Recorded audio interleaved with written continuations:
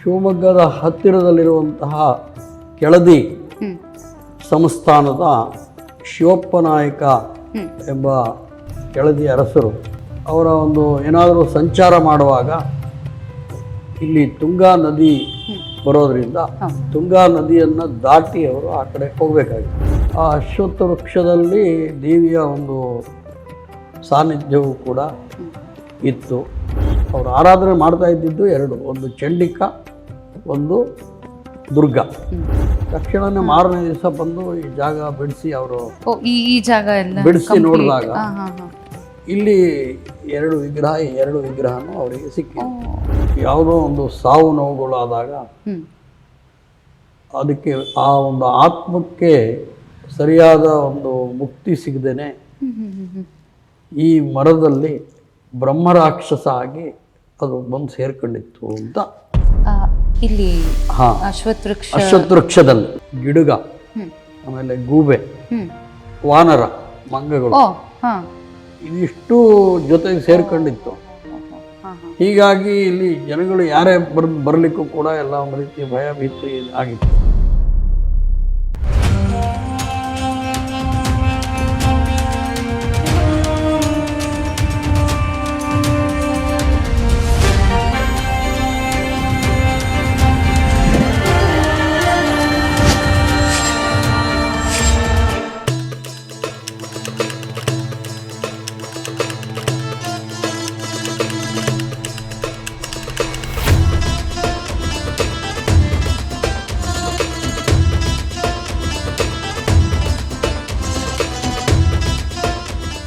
सर्वमङ्गलमाङ्गल्ये शिवे सर्वार्थसाधिके शरण्ये त्र्यम्बके देवी नारायणी ನಮೋಸ್ತುತೇ.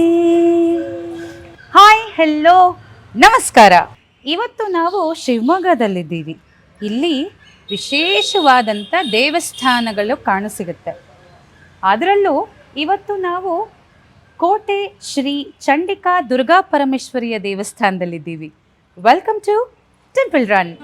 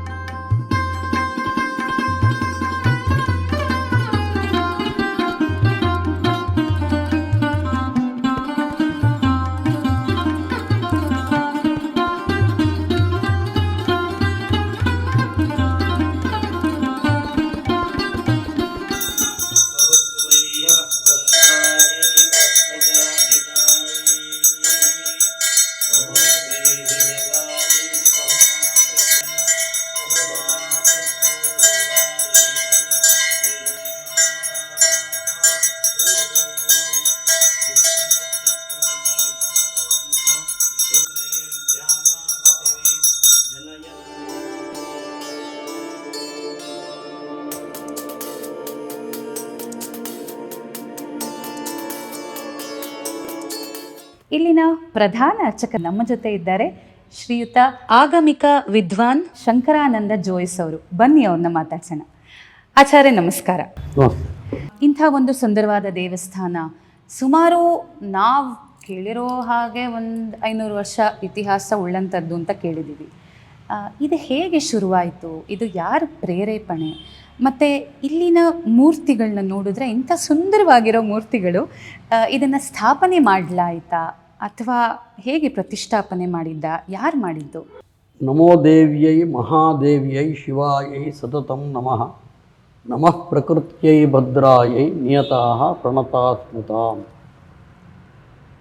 ನಮ್ಮ ಶಿವಮೊಗ್ಗ ನಗರ ಅನ್ನುವಂಥದ್ದು ಪ್ರಾರಂಭ ಆದಂತಹ ಒಂದು ಕಾಲದಲ್ಲಿ ಈ ಒಂದು ಸ್ಥಳದಲ್ಲಿ ಈ ದೇವಿಯ ಒಂದು ಶಕ್ತಿ ಇಲ್ಲಿ ಇತ್ತು. ಇಲ್ಲಿ ಅಶ್ವತ್ಥ ವೃಕ್ಷ ಪ್ರಕೃತಿ ಸ್ವಭಾವವಾಗಿ ಬೆಳೆದಿತ್ತು. ಆ ಅಶ್ವತ್ಥ ವೃಕ್ಷದಲ್ಲಿ ದೇವಿಯ ಒಂದು ಸಾನ್ನಿಧ್ಯವೂ ಕೂಡ ಇತ್ತು. ಇದು ಶಿವಮೊಗ್ಗ ನಗರ ಆಗ ನಗರ ಇರಲಿಲ್ಲ. ಇದು ಒಂದು ಅರಣ್ಯ ಪ್ರದೇಶ ಆಗಿತ್ತು. ಶಿವಮೊಗ್ಗದ ಹತ್ತಿರದಲ್ಲಿರುವಂತಹ ಕೆಳದಿ ಸಂಸ್ಥಾನದ ಶಿವಪ್ಪನಾಯಕ ಎಂಬ ಕೆಳದಿ ಅರಸರು ಅವರ ಒಂದು ಏನಾದರೂ ಸಂಚಾರ ಮಾಡುವಾಗ ಇಲ್ಲಿ ತುಂಗಾ ನದಿ ಬರೋದರಿಂದ ತುಂಗಾ ನದಿಯನ್ನು ದಾಟಿ ಅವರು ಆ ಕಡೆ ಹೋಗಬೇಕಾಗಿತ್ತು. ಆಗಿನ ಕಾಲದಲ್ಲಿ ಅವರು ಕುದುರೆ ಮೇಲೇ ಅವರ ಒಂದು ಸಂಚಾರ ಇತ್ತು. ಅವರು ಕೆಳದಿಯಿಂದ ಭದ್ರಾವತಿ, ತರೀಕೆರೆ, ಆಮೇಲೆ ಲಿಂಗದಹಳ್ಳಿ, ಚಿಕ್ಕಮಗಳೂರು ಈ ಪ್ರಾಂತ್ಯಕ್ಕೆಲ್ಲ ಅವ್ರದ್ದು ಸಂಪರ್ಕ ಇಟ್ಕೊಂಡಿದ್ರು. ಅವರ ಒಂದು ಯೋಜನೆ ಏನಿತ್ತು ಅದಕ್ಕೆ ಆಗಾಗ ಪ್ರತಿಬಂಧಕ ಆಗ್ತಾಯಿತ್ತು. ಆ ಪ್ರತಿಬಂಧಕ ಪರಿಹಾರ ಮಾಡಲಿಕ್ಕೆ ಏನು ಮಾಡಬೇಕು ಅಂತ ಹೇಳಿ ಅವರ ಒಂದು ಆರಾಧ್ಯ ದೇವತೆಯಾಗಿರುವಂತಹ ಶ್ರೀ ಚಂಡಿಕಾ ದುರ್ಗಾ ದೇವರನ್ನು ಕೆಳದಿಯಲ್ಲಿ ಆರಾಧನೆ ಮಾಡ್ತಾಯಿದ್ರು. ಅಲ್ಲಿ ಅವರು ಅದರ ಬಗ್ಗೆ ಆ ದೇವಿಯಲ್ಲಿ ಕೇಳ್ಕೊಂಡಾಗ ಅವರು ಹೇಳಿದರು, ಹೀಗೆ ಅಶ್ವತ್ಥ ವೃಕ್ಷ ಇದೆ ಅಲ್ಲಿ ಶಿವಮೊಗ್ಗ, ಅದು ಸಿಹಿ ಮೊಗೆ ಅಂತ ಈ ಜಾಗಕ್ಕೆ ಹೆಸರು ಇದ್ದಿದ್ದು. ಸಿಹಿ ಮೊಗೆ ಅಂತ. ಅದೇನದು ಸಿಹಿ ಮೊಗೆ? ಸಿಹಿ ಅಂದರೆ ಈ ಜಾಗದಲ್ಲೆಲ್ಲ ಒಂದು ಈ ಅರಣ್ಯದಲ್ಲಿ ಈ ಸಿಹಿಯಾದಂಥ ಫಲಗಳು ಬೆಳೀತಾ ಇತ್ತು. ಹಣ್ಣು ಅಂತ ನಾವು ಹೇಳೋ ಆ ಸಿಹಿಯಾದ ಹಣ್ಣುಗಳು ಬೆಳೀತಾ ಇತ್ತು.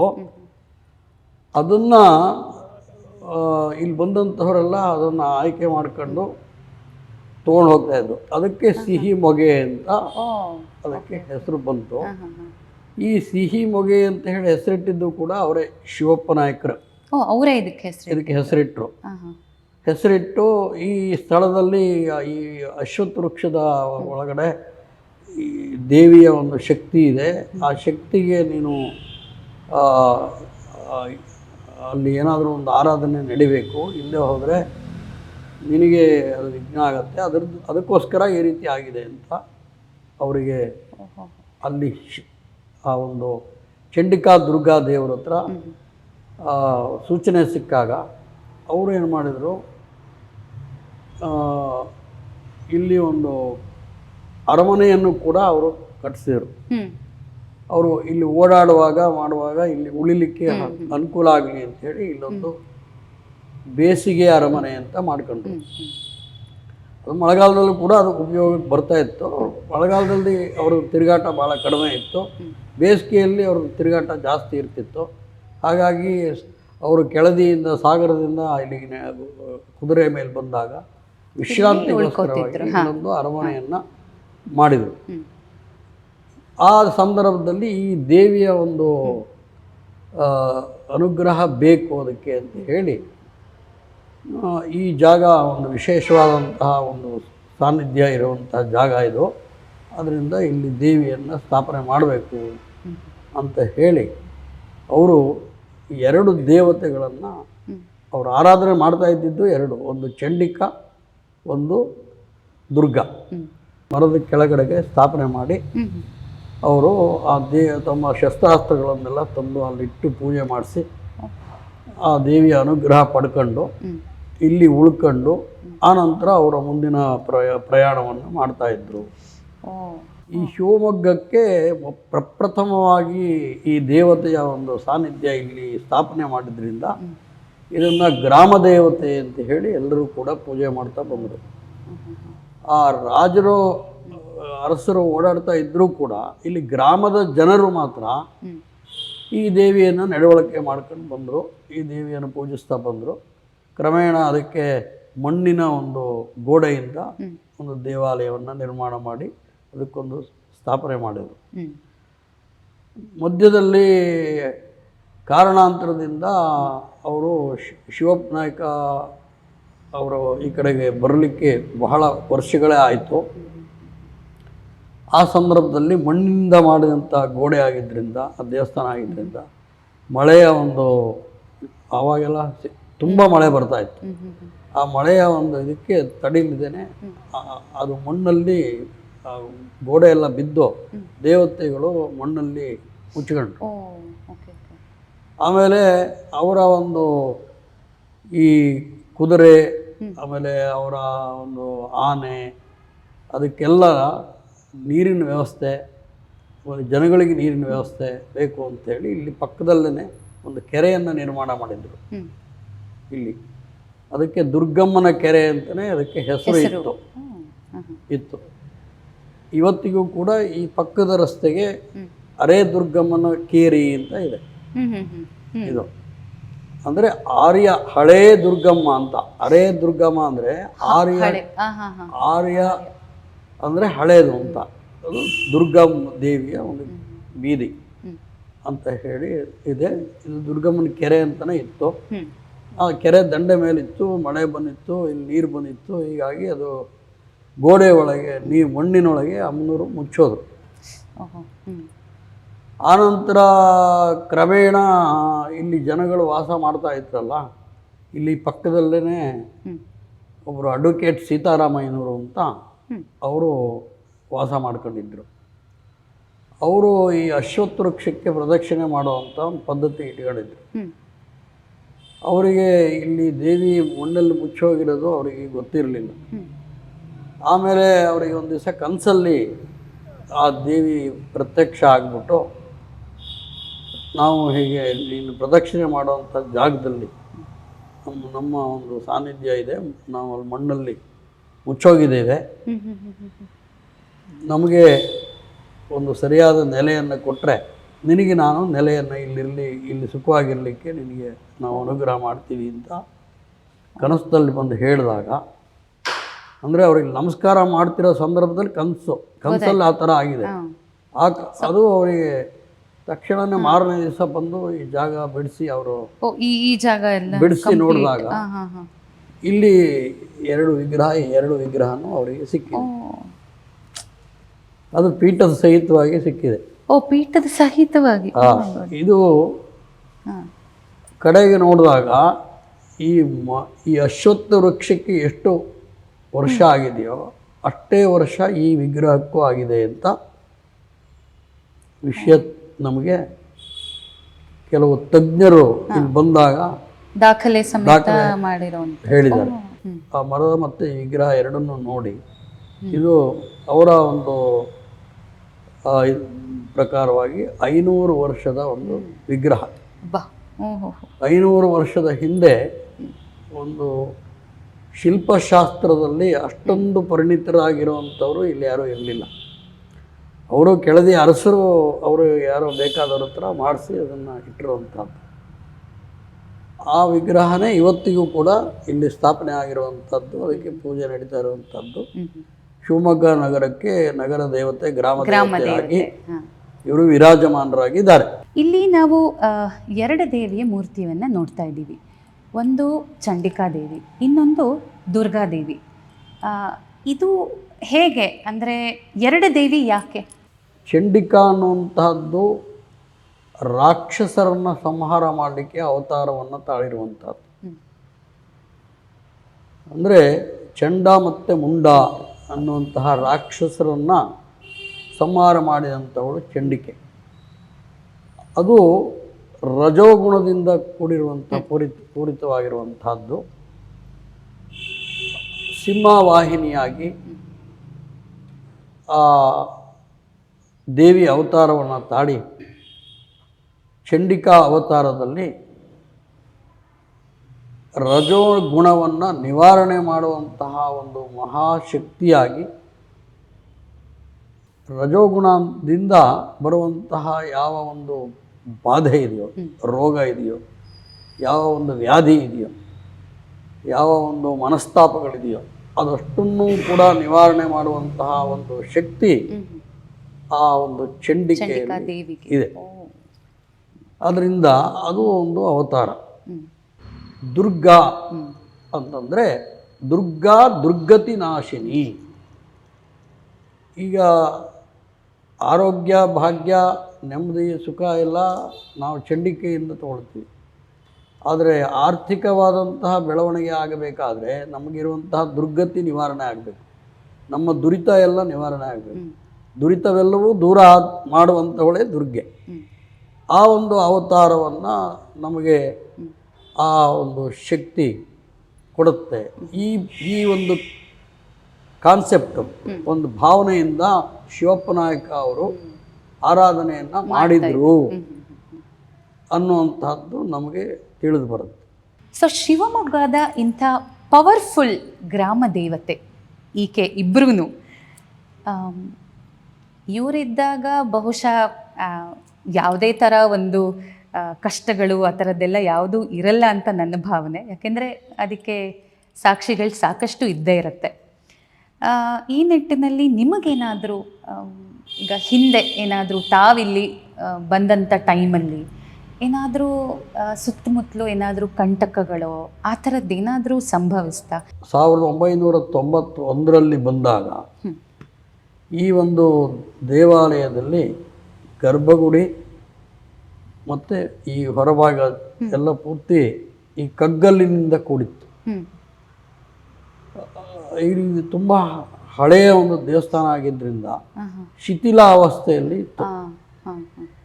ಇಲ್ಲಿ ಈ ಸುತ್ತಮುತ್ತಲು ಆಗಿನ ಕಾಲದಲ್ಲಿ ಯಾವುದೋ ಒಂದು ಸಾವು ನೋವುಗಳಾದಾಗ ಅದಕ್ಕೆ ಆ ಒಂದು ಆತ್ಮಕ್ಕೆ ಸರಿಯಾದ ಒಂದು ಮುಕ್ತಿ ಸಿಗದೇನೆ ಈ ಮರದಲ್ಲಿ ಬ್ರಹ್ಮರಾಕ್ಷಸ ಆಗಿ ಅದು ಬಂದು ಸೇರ್ಕೊಂಡಿತ್ತು ಅಂತ ಇಲ್ಲಿ ಅಶ್ವತ್ಥವೃಕ್ಷದಲ್ಲಿ ಬ್ರಹ್ಮರಾಕ್ಷಸ ಆಗಿ ಸೇರ್ಕೊಂಡಿತ್ತು. ಹಾಗಾಗಿ ಅದು ಜನಗಳಿಗೆ ಭೀತಿ ಉಂಟು ಮಾಡೋ ಹಾಗಿತ್ತು. ಆಮೇಲೆ ಈ ದೇವಿಯ ಒಂದು ಅವತಾರದಲ್ಲಿ ನಾವು ನೋಡ್ತಾ ಇದ್ದೇವೆ, ದೇವಿಯ ಒಂದು ತಲೆಯ ಮೇಲೆ ಷಣ್ಮುಖ ಸರ್ಪದ ಹೆಡೆ ಇದೆ. ಇಲ್ಲಿ ಪ್ರತ್ಯಕ್ಷವಾಗಿ ಸರ್ಪ ಇಲ್ಲಿ ಓಡಾಡ್ತಾ ಇತ್ತು. ಅದು ಭಯಾನಕವಾಗಿತ್ತು.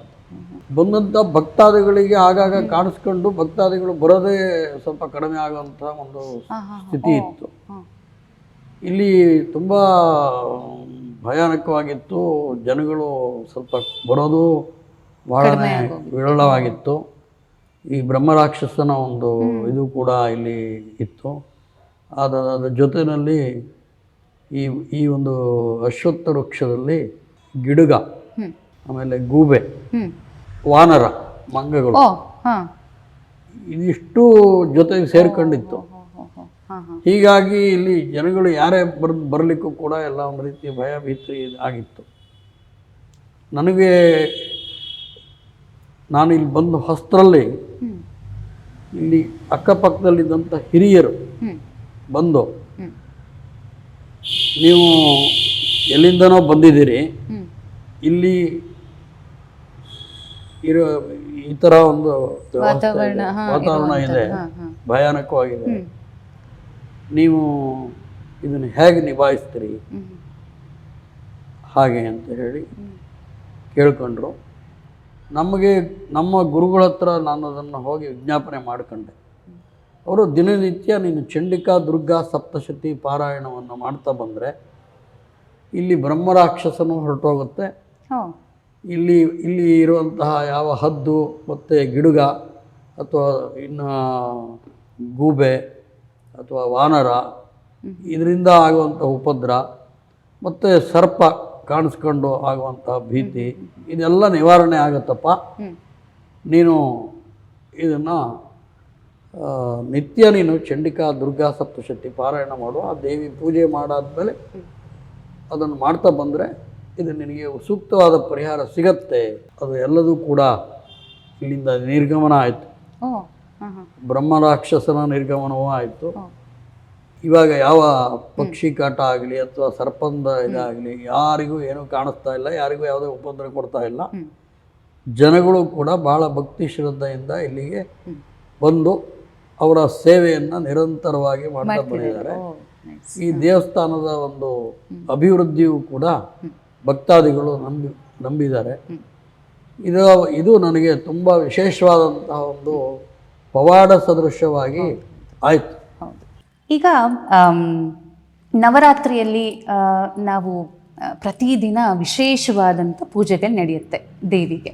ಅದನ್ನು ನಾವು ಕೂಡ ಕೇಳಿದ್ದೀವಿ ಸಾಮಾನ್ಯವಾಗಿ, ಒಂದೊಂದು ದಿನ ಒಂದು ವಿಶೇಷವಾಗಿ. ಈಗ ಇಲ್ಲಿ ಇಬ್ಬರು ದೇವಿಯರಿದ್ದಾರೆ, ಚಂಡಿಕೆ ಹಾಗೂ ದುರ್ಗೆ. ಈ ದೇವಿಯರಿಗೆ ವಿಶೇಷವಾದಂಥ ಪೂಜೆ ಏನಾದರೂ ದಿನನಿತ್ಯ ನಡೆಯುತ್ತಾ ಅಥವಾ ನವರಾತ್ರಿಯಲ್ಲಿ ವಿಶೇಷವಾಗಿ ನಡೆಯುತ್ತಾ, ಹೇಗೆ? ಈ ಜಗತ್ತನ್ನು ಧಾರಣೆ ಮಾಡಿರುವಂಥವ್ರು ಅಂತ ಹೇಳಿ ಅವರಿಗೆ ವಿಶೇಷವಾದಂತಹ ಒಂದು ಪೂಜೆಯನ್ನು ನಾವು ಇಲ್ಲಿ ಸದಾಕಾಲ ನಾವು ಇಲ್ಲಿ ತ್ರಿಕಾಲ ಪೂಜೆಯನ್ನು ನಾವು ನೆರವೇರಿಸ್ತಾ ಇದ್ದೇವೆ. ನಾವು ಇಲ್ಲಿ ಪ್ರತಿನಿತ್ಯವೂ ಕೂಡ ವಿಶೇಷ ಅಂತ ಹೇಳಿದ್ರೆ ತಪ್ಪಾಗಲಿಕ್ಕಿಲ್ಲ. ಆದರೂ ಕೂಡ ಅದರಲ್ಲೂ ಇನ್ನೂ ವಿಶೇಷ ಅಂತ ಹೇಳಿದರೆ ನಮ್ಮಲ್ಲಿ ಪ್ರತಿ ಶುಕ್ರವಾರ ಸಾಕಷ್ಟು ಜನ ಭಕ್ತಾದಿಗಳು ಇಲ್ಲಿ ಬರುವಂಥದ್ದು. ಬಂದು ದೇವಿಗೆ ಅವರು ಕೆಲವರು ಅಭಿಷೇಕವನ್ನು ಮಾಡಿಸಿ, ಅಲಂಕಾರ ಎಲ್ಲ ಮಾಡಿಸಿ, ಉಡಿ ತುಂಬಿಸಿ, ದೇವರಿಗೆ ನೈವೇದ್ಯ ಎಲ್ಲ ಮಾಡಿಸಿ, ಪಾರಾಯಣ ಮಾಡಿಸಿ, ದುರ್ಗಾ ಜಪ ಮಾಡಿಸಿ, ಈ ಥರ ಎಲ್ಲ ಮಾಡಿಸುವಂಥ ಒಂದು ಕ್ರಮ ನಡ್ಕೊಂಡು ಬಂದಿದೆ. ಲಲಿತಾ ಸಹಸ್ರನಾಮ, ದುರ್ಗಾ ಸಹಸ್ರನಾಮ, ಲಲಿತಾ ತ್ರಿಶತಿ ಕುಂಕುಮಾರ್ಚನೆ, ಲಲಿತಾ ಅಷ್ಟೋತ್ತರ ಕುಂಕುಮಾರ್ಚನೆ, ದುರ್ಗಾ ಅಷ್ಟೋತ್ತರ, ಈ ರೀತಿಯಾಗಿ ನಡೆಯೋದ್ರ ಜೊತೆಗೆ ಆ ದೇವಿಗೆ ವಿಶೇಷವಾಗಿ ಇಲ್ಲಿ ದಧ್ಯನ್ನ ನೈವೇದ್ಯ ಮಾಡ್ತಾರೆ. ನೈವೇದ್ಯ ಮೊಸರನ್ನ ನೈವೇದ್ಯವನ್ನು ಪ್ರತಿ ಶುಕ್ರವಾರ ಸಾಕಷ್ಟು ಜನ ಬಂದು ಮಾಡುತ್ತಾರೆ. ಎಲ್ಲರಿಗೂ ಕೂಡ ಅದರ ವಿನಿಯೋಗನೂ ಆಗುತ್ತೆ, ಪ್ರಸಾದ ವಿನಿಯೋಗನೂ ಆಗುತ್ತೆ. ಅಂದ್ರೆ ನಿತ್ಯ ಪ್ರಸಾದ ವಿನಿಯೋಗ ಇರುತ್ತಾ ಅಥವಾ ನಿತ್ಯವೂ ಕೂಡ ಮಹಾಪೂಜೆಯ ಸಂದರ್ಭದಲ್ಲಿ ಬಂದಂತಹ ಎಲ್ಲ ಭಕ್ತಾದಿಗಳಿಗೂ ಕೂಡ ನಾವು ಆ ಮೊಸರನ್ನ ಪ್ರಸಾದವನ್ನು ವಿತರಣೆ ಆಗುತ್ತೆ. ಇನ್ನು ಶುಕ್ರವಾರ ಇನ್ನೂ ವಿಶೇಷವಾಗಿರುತ್ತೆ, ಜನನೂ ಜಾಸ್ತಿ ಇರ್ತಾರೆ. ಇನ್ನು ಅದಲ್ಲದೆ ನಾವು ಪ್ರತಿ ತಿಂಗಳು ಇಲ್ಲಿ ನಾವು ಚಂಡಿಕಾ ದುರ್ಗಾ ಸಪ್ತಶತಿಯಿಂದ ನವಚಂಡಿಕಾ ಹೋಮವನ್ನು ನೆರವೇರಿಸ್ತಾ ಬಂದಿದೆ. ಅದು ಇನ್ನೂ ವಿಶೇಷವಾದಂತಹ ಅನುಗ್ರಹವನ್ನು ಮಾಡುವಂತಹದ್ದು ಅನುಷ್ಠಾನ. ಆಷಾಢ ಶುಕ್ರವಾರ, ಆಷಾಢ ಮಾಸದ ಮಂಗಳವಾರದಲ್ಲಿ ಇನ್ನೂ ಅಮ್ಮನವರಿಗೆ ತುಂಬ ನಂಬುತ್ತಾರೆ ಜನ. ಆ ಸಂದರ್ಭದಲ್ಲಿ ಬಂದು ಇಲ್ಲಿ ಅವರ ಒಂದು ದೀಪಾರಾಧನೆ, ಒಂದು ಅರ್ಚನೆ, ನೈವೇದ್ಯ, ಅಭಿಷೇಕ ಇತ್ಯಾದಿಗಳು, ಅಲಂಕಾರಗಳು, ಈ ಥರದ್ದನ್ನೆಲ್ಲ ಅವರು ಅಪೇಕ್ಷೆ ಪಟ್ಟು ಮಾಡಿಸ್ಕೊಂಡು ಹೋಗುವಂಥದ್ದು ಇರುತ್ತೆ. ಆಷಾಢದಲ್ಲಿ ಈಕೆ ದರ್ಶನ ಮಾಡೋದೇ ಒಂದು ವಿಶೇಷ ಮತ್ತೆ ವಿಶೇಷ. ಆಕ್ಚುಲಿ ಹೌದು, ಆಷಾಢದ ಅಮಾವಾಸ್ಯೆ ಇದೆಯಲ್ಲ, ಅದು ಜ್ಯೋತಿರ್ಭೀಮೇಶ್ವರ ವ್ರತ ಅಂತ.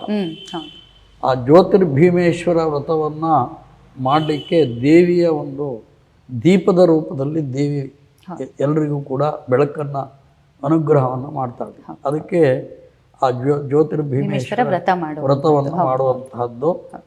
ಆ ದಿವಸವೂ ಕೂಡ ನಮಗೆ ಇಲ್ಲಿ ವಿಶೇಷವಾಗಿ ಬಂದು ಭಕ್ತಾದಿಗಳು ಅವ್ರ ಮನೆಯಲ್ಲಿ ಜ್ಯೋತಿರ್ಭೀಮೇಶ್ವರ ವ್ರತ, ಅದಕ್ಕೆ ಪತಿ ಸಂಜೀವಿನಿ ವ್ರತ ಅಂತಲೂ ಕರೀತಾರೆ. ಆ ವ್ರತವನ್ನು ಮಾಡಿಕೊಂಡು ಬಂದು ನಮ್ಮ ಕುಟುಂಬಕ್ಕೆ, ನಮ್ಮ ಪತಿಗೆ ಆಯುಷ್ಯ ಆರೋಗ್ಯ ಕೊಡಬೇಕು, ನಾವೆಲ್ಲರೂ ಕೂಡ ಸುಖ ಶಾಂತಿ ನೆಮ್ಮದಿಯಾಗಿರಬೇಕು ಅಂತ ಹೇಳಿ ದೇವಿಯಲ್ಲಿ ಬೇಡ್ಕೊಂಡು ದೇವಿಯ ಪ್ರಸಾದವನ್ನು ತೆಗೆದುಕೊಂಡು ಹೋಗ್ತಾರೆ, ತೀರ್ಥ ಪ್ರಸಾದ ತೆಗೆದುಕೊಂಡು ಹೋಗ್ತಾರೆ. ಅದು ಒಂದು ಪದ್ಧತಿ ಅನುಚಾರವಾಗಿ ನಡ್ಕೊಂಡ್ಬಂದಿದೆ. ಅದರ ನಂತರ ಶ್ರಾವಣ ಮಾಸ ಬರುತ್ತೆ. ಶ್ರಾವಣ ಮಾಸದಲ್ಲೂ ಕೂಡ ಪ್ರತಿ ಶುಕ್ರವಾರ ವಿಶೇಷವಾಗಿ ಮಂಗಳವಾರ, ಶುಕ್ರವಾರ ಅಮ್ಮನವರಿಗೆ ಉಡಿ ತುಂಬಿ ಆ ದೇವಿಯ ಅನುಗ್ರಹವನ್ನು ಪಡೆಯುವಂತಹ ಕಾರ್ಯ ನಡೀತಾ ಇದೆ. ನಾವು ಕೂಡ ವಿಶೇಷವಾಗಿ ಅಭಿಷೇಕಗಳು, ಆ ದೇವಿಯ ಒಂದು ಕಲೆ ಹೆಚ್ಚಲಿ, ಆ ದೇವಿಯ ಅನುಗ್ರಹ ಇನ್ನೂ ಜನಗಳಿಗೆ ಆಗಲಿ ಅಂತ ಹೇಳಿ ನಾವು ಕೂಡ ಇಲ್ಲಿ ಆ ದೇವಿಗೆ ಒಂದು ಭಕ್ತಿಯ ಇಂದ ಇದು ಶಾಕ್ತ ಆಗಮ ಮತ್ತು ವೈದಿಕಾಗಮ, ಶೈವಾಗಮ ಇದನ್ನು ಪೂರ್ತಿ ಮಿಶ್ರಣ ಮಾಡಿ ಮೂರರಲ್ಲೂ ಕೂಡ ದೇವಿಯ ಆರಾಧನೆಗೆ ಬೇಕಾಗಿರುವಂತಹ ಯಾವ್ಯಾವ ಅನುಷ್ಠಾನ ಇದೆಯೋ ಅದನ್ನೆಲ್ಲವನ್ನು ಕೂಡ ನಾವಿಲ್ಲಿ ನೆರವೇರಿಸ್ತೀವಿ. ಅದು ಬಹಳ ವಿಶೇಷ. ಆದ್ದರಿಂದ ಇಲ್ಲಿ ಅಮ್ಮನವರಲ್ಲಿ ಅನುಗ್ರಹ ಮಾಡುವಂತಹ ಶಕ್ತಿ ತುಂಬ ಇದೆ. ಒಂದು ಸರ್ತಿ ಇಲ್ಲಿ ಜನ ಬಂದು ಅವರ ಅಪೇಕ್ಷೆ ಏನಿದೆಯೋ ಅದನ್ನು ಕೇಳ್ಕೊಂಡ್ರೆ ಅವರ ಅಪೇಕ್ಷೆ ಈಡೇರಿದೆ. ಅದರಿಂದ ಜನಗಳು ಆ ದೇವಿಯನ್ನು ನಡ್ಕೊಂಡು ಬಂದಿದ್ದಾರೆ, ದೇವಿ ಸೇವೆಯನ್ನು ಮಾಡ್ಕೊಂಡು ಬಂದಿದ್ದಾರೆ. ನವರಾತ್ರಿ ಶ್ರಾವಣ ಮಾಸ ಕಳೆದ ಮೇಲೆ ಭಾದ್ರಪದ ಆದಮೇಲೆ ಶರನ್ನವರಾತ್ರಿ ಬರುತ್ತೆ. ಶರನ್ನವರಾತ್ರಿಯಲ್ಲಿ ಪ್ರಥಮಂ ಶೈಲಪುತ್ರೇತಿ, ದ್ವಿತೀಯಂ ಬ್ರಹ್ಮಚಾರಿಣಿ, ತೃತೀಯಂ ಚಂದ್ರಘಂಟೇತಿ, ಕೂಷ್ಮಾಂಡೇತಿ ಚತುರ್ಥಕಂ, ಪಂಚಮಂ ಸ್ಕಂದಮಾತೇತಿ, ಷಷ್ಠಂ ಕಾತ್ಯಾಯಿನೀತಿ ಚ, ಸಪ್ತಮಂ ಕಾಲರಾತ್ರಿಶ್ಚ, ಮಹಾಗೌರೀತಿ ಚಾಷ್ಟಮಂ, ನವಮಂ ಸಿದ್ಧಿದಾತ್ರಿ ಚ, ನವದುರ್ಗಾ ಪ್ರಕೀರ್ತಿತಾ ಅಂತ ಹೇಳಿ ನಮ್ಮ ಋಷಿಮುನಿಗಳು ದೇವತೆಗಳು ನವದುರ್ಗಿಯರನ್ನು ಆರಾಧನೆಯನ್ನು ಮಾಡಿದ್ದು ಇತಿಹಾಸವೇ ಇದೆ. ಕಾರಣ ಏನಪ್ಪ ಅಂದರೆ ಈ ಜಗತ್ತಿಗೆ ಆ ನವದುರ್ಗಿಯರ ಒಂದು ಅವತಾರವೇ ಈ ಲೋಕರಕ್ಷಣೆ ಆಗಿದೆ ಅಂತ.